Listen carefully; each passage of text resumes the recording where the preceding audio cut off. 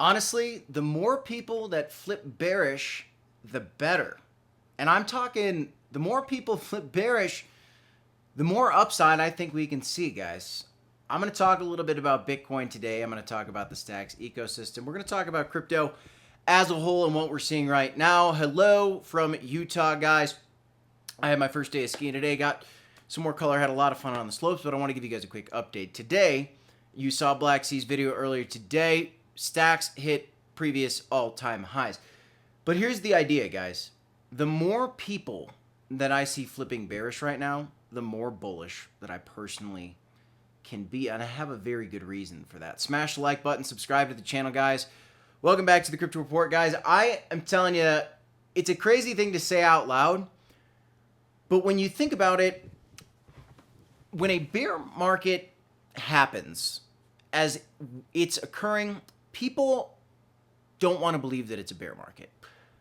The opposite is true for a bull market. When a bull market is happening, a lot of people mess up on the way out. They sell way too early. They sell before it even begins. Some of them try to time the market. And frankly, guys, the market is smarter than your average person. So the more that the masses start to talk about bearish predictions for Bitcoin and crypto, honestly, the more bullish I can be, because that means if Bitcoin goes up, max pain can happen. And in these crypto markets, guys, max pain is typically what you see out of Bitcoin. For example, Bitcoin's breaks previous all-time highs, and now it's taken 20 days for it to, and it's way below the high, well, way below the high. It's a couple $1,000s below the high right now, and it's been struggling with the high for about 20 days, which is honestly the same thing that we see every single time in these crypto markets. We've been talking about the previous bull markets. We've seen when it broke in 2016, 2017, it took about 55 days. When it broke in 2022 or 2020, 2021 bull market, it took about 18 days. And then in this most recent one, right now we're at about 20-something days. Can't wait to get back to my desk to share some charts with you guys. But I've seen some people, and just take, for example, Ben Armstrong, literally said that it's over. When you see people coming out and saying that it's over, and I'm just using him as an example, not trying to pick on him, but there's so many big influencers and a variety of people that all of a sudden are flipping bearish on Bitcoin. But what's changed?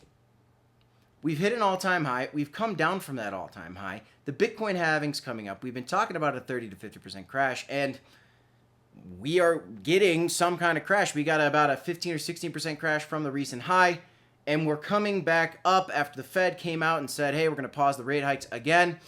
Also saying that we're going to have 3 rate cuts later this year. That's very bullish for the market. People love to hear that. So Bitcoin and crypto pumped. Today, we're cooling off just slightly. Earlier today, though, Stax hit another all-time high. Stax is performing spectacularly, guys. I think it's going to be awesome. As for the Cronos chain, as for Solana, as for Avalanche, Cardano, your favorite chains out there, guys, let me be very clear. I am still very bullish on all of those chains because I believe that a bull market is still very much so ahead of us. We've begun the bull market. We have seen a lot of prices go up, but look at altcoins.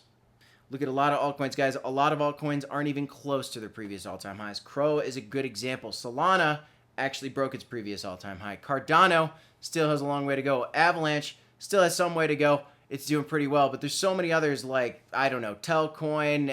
I mean, File, you name it, guys. There's so many out there. People like to talk about Jasmine a lot.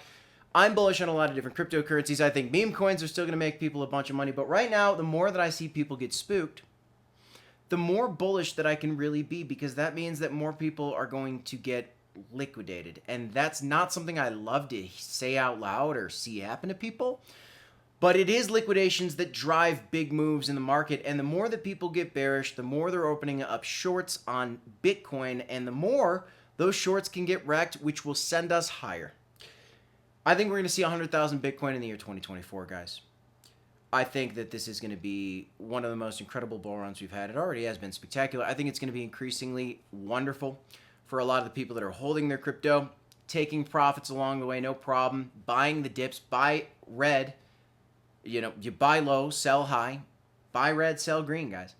It's pretty easy. But when, people start getting very bearish or overly bullish, for that matter, overly bullish, That might be a top signal, overly bullish. Overly bearish might be a bottom signal. People are getting overly bearish right now. I know there's still a lot of bulls out there, so we're not quite out of the woods yet. I think maybe there still needs to be a little more confusion. I don't know if we absolutely blast off anytime soon, but we certainly could, guys. We certainly could, because the institutions.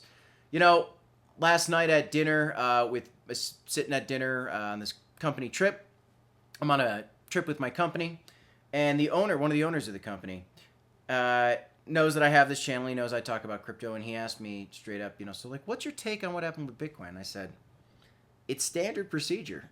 It hit the high, it double peaked, it retraced a little bit.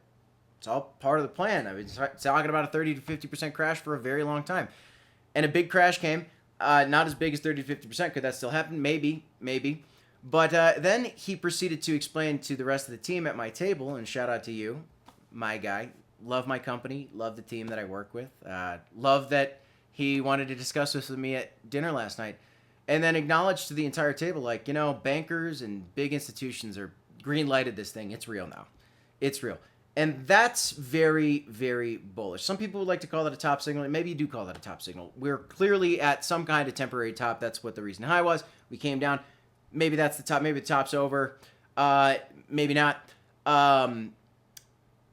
But you have normal people starting to get interested in it. And the other kicker to this is when he asked me about it, he said, I'm asking you because literally you're the only one ever in history that knows about it. Like, he doesn't know anybody in his life that knows anything about crypto.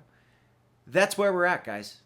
It's rare to own crypto, and it's even more rare to know what the heck you're doing with crypto. Most of the people that are like, oh, I like crypto, they're like, Dogecoin. Okay, fine. I'm not going to hate on Dogecoin, but crypto's a lot more than Dogecoin, folks. And if you've been watching our channel, you understand that by now. The more people that are bearish, the more I can be bullish.